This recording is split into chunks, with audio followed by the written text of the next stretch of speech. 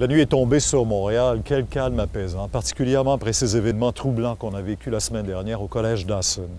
On a tous été touchés. Une maman l'a peut-être été plus que nous tous. Monique Lépine s'en souvient trop bien. Le 6 décembre 1989, son fils, Marc, entrait à Polytechnique et abattait 14 jeunes femmes. C'est un témoignage bouleversant, troublant, qu'elle livre à mon collègue Harold Gagné. C'est la première fois en 17 ans qu'elle accepte d'en parler.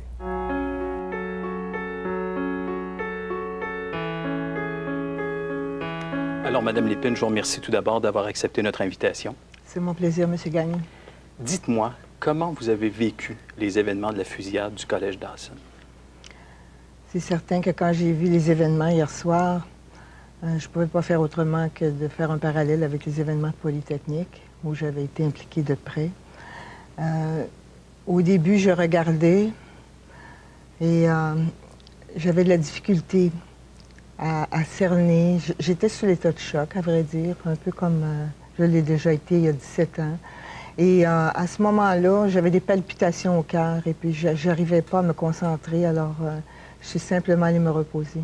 Vous avez vu ça à la télévision? J'ai vu ça à la télévision quand je suis revenue vers 6 heures et puis je n'avais pas vu dans la journée, mais j'ai vu à l'heure du souper, oui. C'était doublement difficile pour vous parce qu'en plus d'être la mère de Marc Lépine, vous m'avez dit que votre fille, qui est maintenant décédée, on en reparlera tantôt, a déjà étudié à Dawson. Oui, effectivement, elle étudie en psychologie, en photographie, pardon, à l'école de Dawson, oui. Fait que, évidemment, ça m'a rappelé aussi ces années-là. Vous vous êtes mis dans la peau de ces parents-là qui ont... Il y a une jeune fille qui est morte, il y a eu plusieurs victimes, plusieurs personnes blessées. La première personne à qui j'ai pensé, vraiment, c'était la mère et le père, s'il y en a un, de ce jeune homme-là. Parce qu'évidemment, je me revoyais, il y a 17 ans, aller en criminel, me faire questionner et tout ça. Puis je me disais, ces pauvres gens sont à la même place. Alors, c'est sûr que je voudrais offrir mes condoléances à toutes les familles qui sont dans le deuil ou que les parents sont blessés, les enfants sont blessés. Mais il y avait l'autre mère à laquelle je pensais peut-être un peu plus. L'autre mère?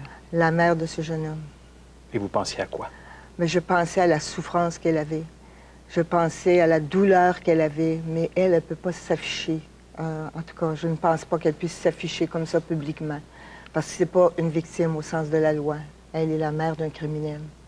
Le 6 décembre 1989, Marc Lépine, votre fils a 25 ans, il entre à la Polytechnique avec des armes, abat 14 filles. Comment est-ce qu'on vous a appris ce drame-là? Vous étiez où? Cette journée-là, j'étais en formation, donc je ne l'ai pas su la journée même. Mais je me rappelle que c'était un mercredi soir, parce que j'étais allée à une réunion de prière ce soir-là, et j'avais demandé de prier pour la mère de ce jeune homme-là, sans savoir que c'était moi. Le lendemain soir, quand je suis revenue de ma formation, ils ont finalement fait le lien que j'étais la mère, et c'est là où les policiers sont venus me chercher. J'étais passée au bureau vers 5 heures pour aller faire des copies, et puis les policiers sont venus me chercher et m'amener à la criminelle. Comment vous avez réagi? Je pense que j'étais sous l'effet de choc parce que jamais, jamais, jamais je ne me serais imaginé que mon fils puisse faire un tel geste, un geste aussi dément que ça. C'est un geste horrible que je condamne, que j'ai condamné quand mon fils l'a fait, que je condamne encore quand je l'ai vu hier. C'est pas une façon de régler des problèmes en société. C'est des actes, on dit que c'est isolé, mais je me demande jusqu'à quel point c'est isolé. Quand on voit tous les marginaux, quand on voit toute la drogue qui circule, quand on voit tous ces actes de terrorisme qui sont de plus en plus présents, fréquents dans notre monde, j'ai un peu de crainte face à l'avenir. Et en plus, votre fils s'est enlevé la vie. Mon fils s'est enlevé la vie, oui.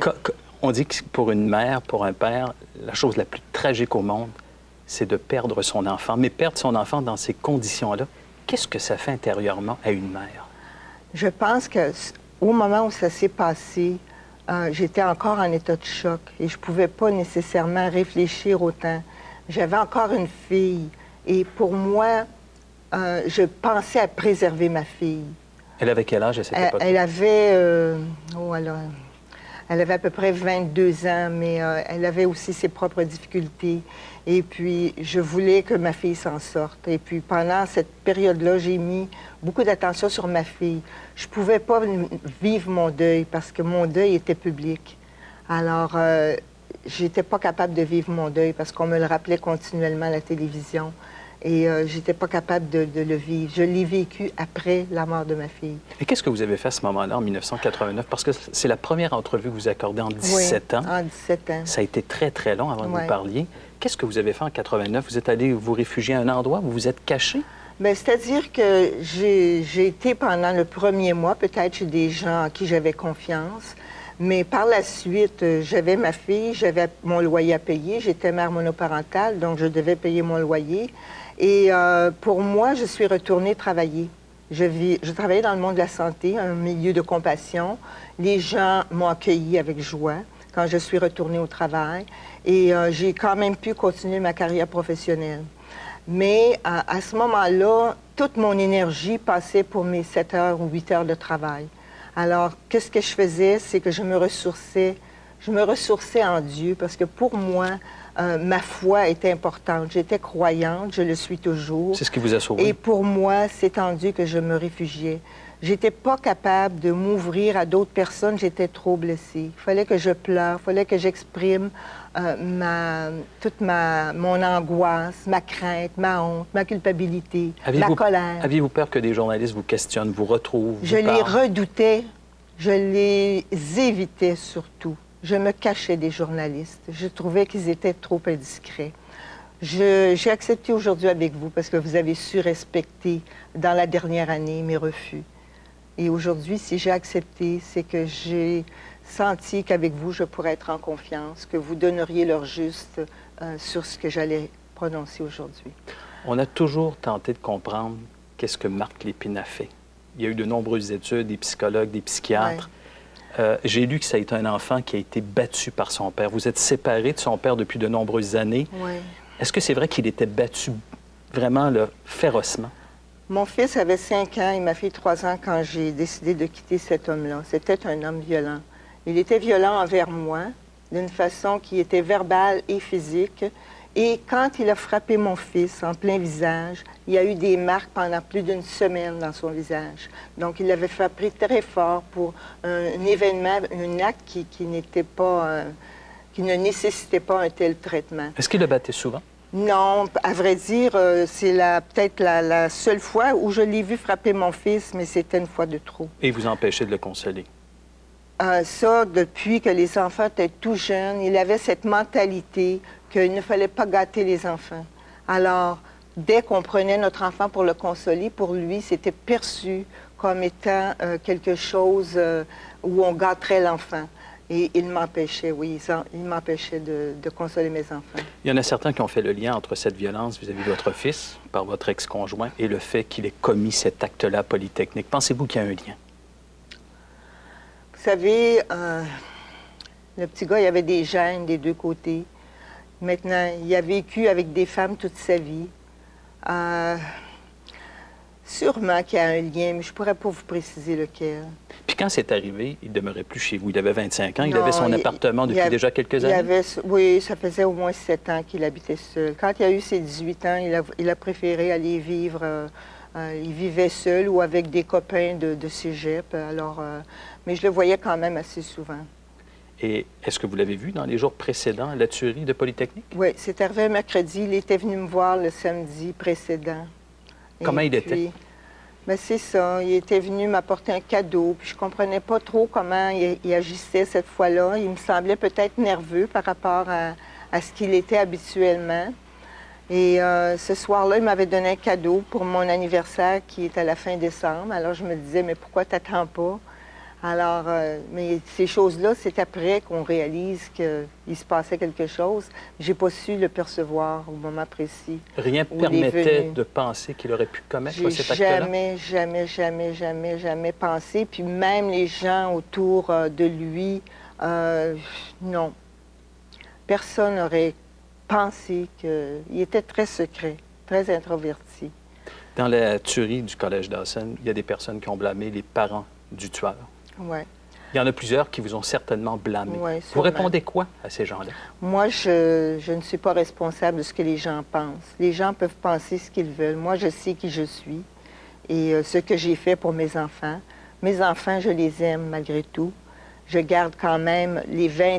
Mon fils avait 25 ans. Les 24 ans et 364 jours, je les garde dans mon cœur. J'ai eu de très bons moments avec mon fils. C'est toujours mon fils. Et la mémoire que je garde, c'est les bons souvenirs. Il y a des gens qui vous ont témoigné du respect, de la compassion à la suite de cet événement-là? De quelle façon? Vous savez, quand c'est arrivé, j'ai été premièrement étonnée de voir tant de lettres qui m'arrivaient. J'ai eu un courrier volumineux. J'ai rempli à peu près quatre albums pleins de mots d'encouragement, de lettres de gens que je ne connaissais pas. Et ça venait d'un peu partout, pas seulement du Québec, ça venait de l'Ontario, ça venait d'un peu partout. Et c'est des gens même qui m'offraient des condos gratuits si j'avais voulu aller me reposer quelque part. Il y a des gens qui se donnent la peine d'offrir leur sympathie à des gens qu'ils ne connaissent pas. Moi, ça me renversait. Mais vous savez, cette entraide-là que j'ai reçue, je savais qu'il y avait des gens qui priaient pour moi aussi. Énormément de gens priaient pour moi. Et je pense que c'est ça qui fait que je suis encore là aujourd'hui. Et je remercie tous ces gens qui m'ont donné ces témoignages d'espoir au moment où j'en avais besoin.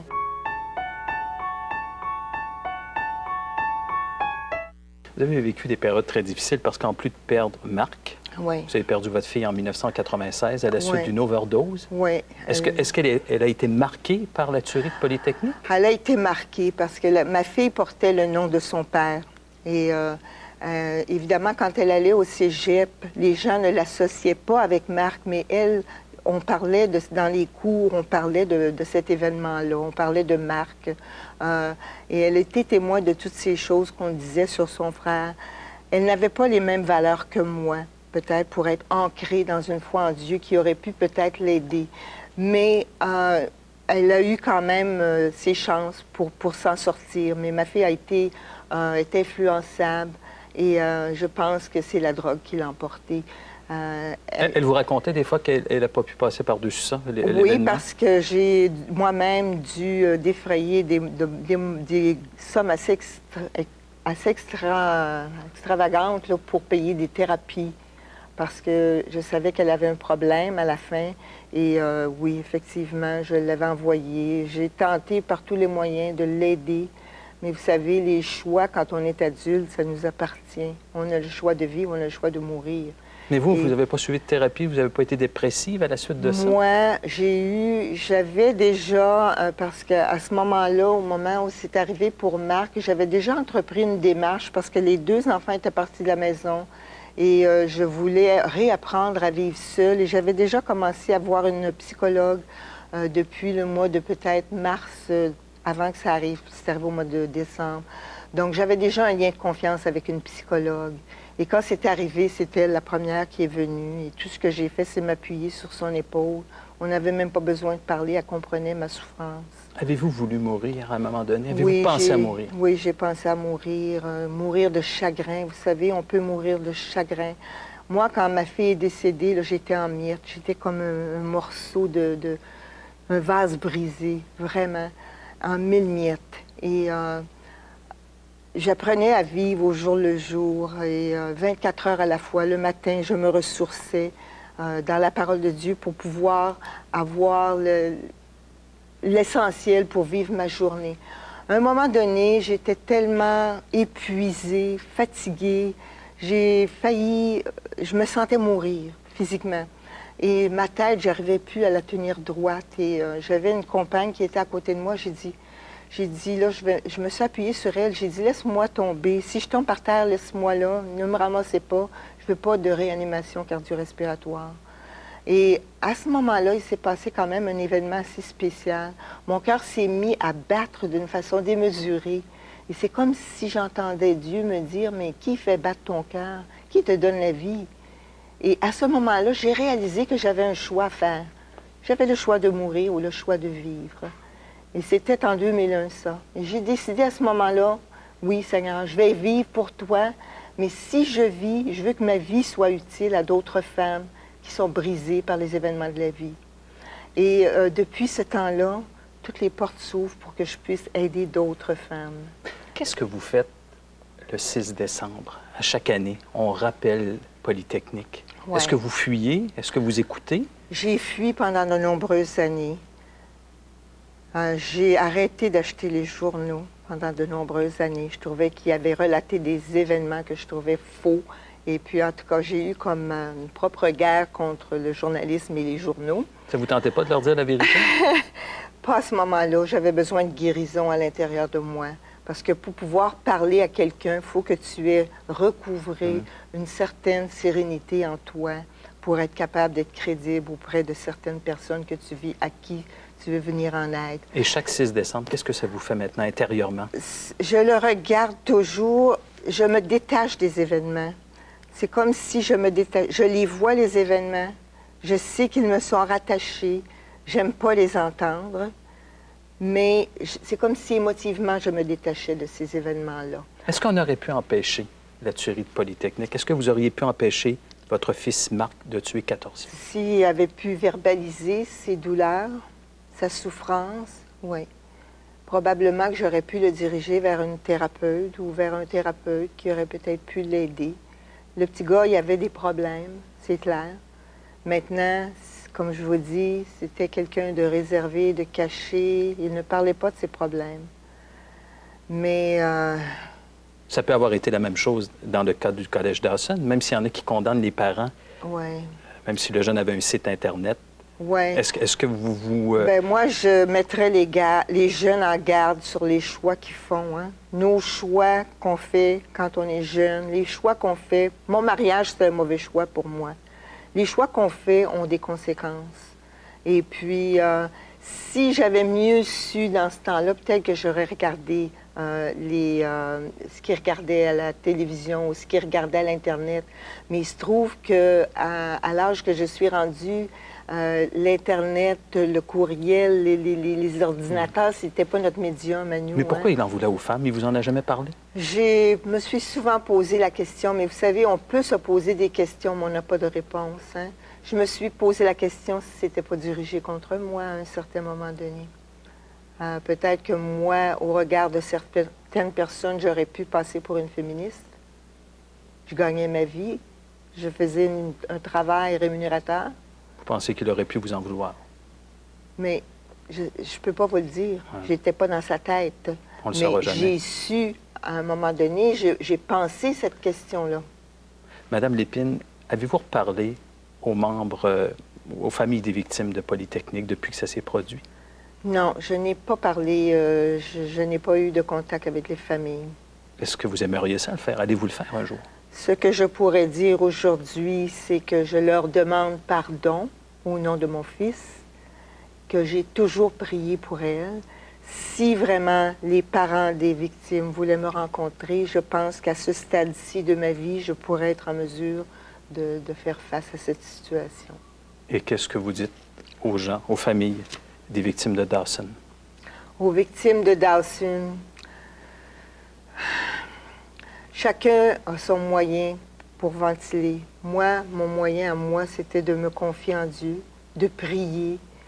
Dans la souffrance, il y a des souffrances qui sont tellement dures que c'est difficile à exprimer même ce qu'on ressent.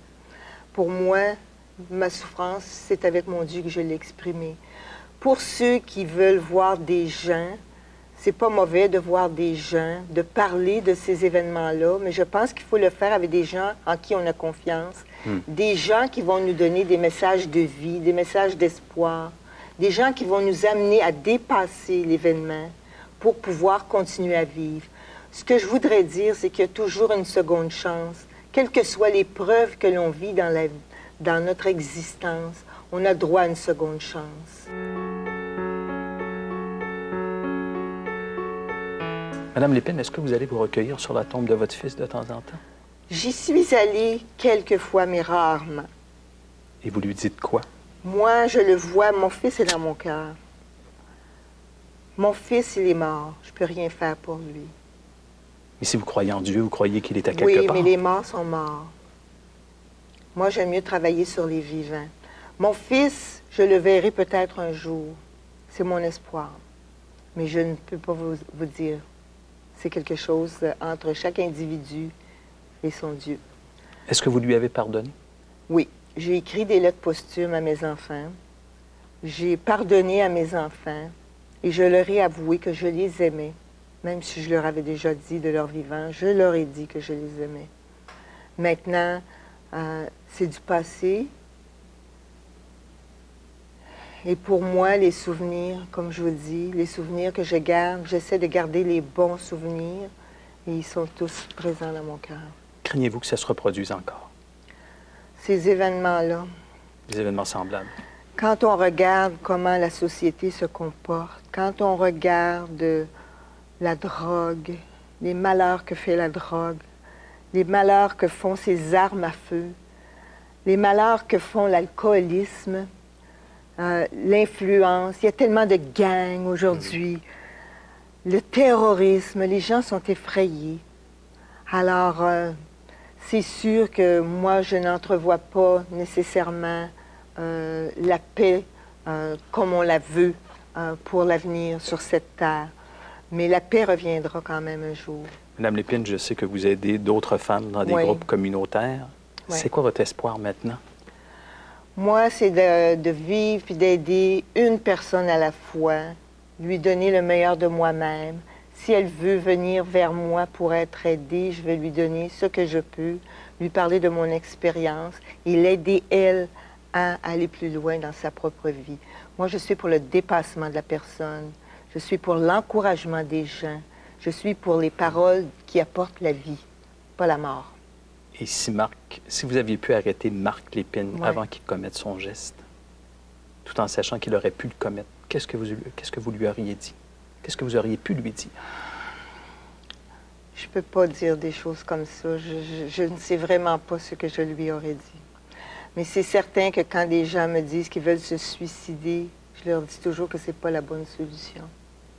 Il y a d'autres choses à faire. Je lui aurais probablement dit, peut-être, de faire la paix avec Dieu, de faire la paix avec lui-même, de faire la paix avec les autres. Mais pour faire la paix avec les autres, il faut être en paix avec soi-même d'abord. Et probablement que si j'avais pu lui passer ce message-là, c'est ce que je lui aurais dit. Merci beaucoup, Mme Lépine. Ça me fait plaisir.